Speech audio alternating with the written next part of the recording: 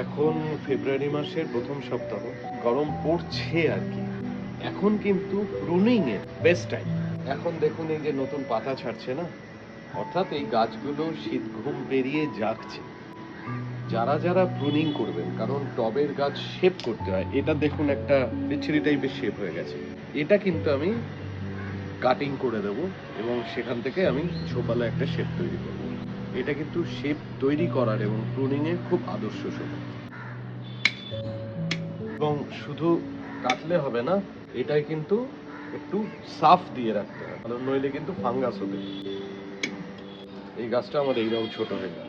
Pruning এর পর কাটা অংশে সাফ লাগিয়ে দেওয়া হচ্ছে। কত সুন্দর বিভিন্ন ডাল ছেড়েছে চারিদিকে। এইগুলো কাটা হয়েছিল, কত ব্রাঞ্চ এসছে সাইডের থেকে।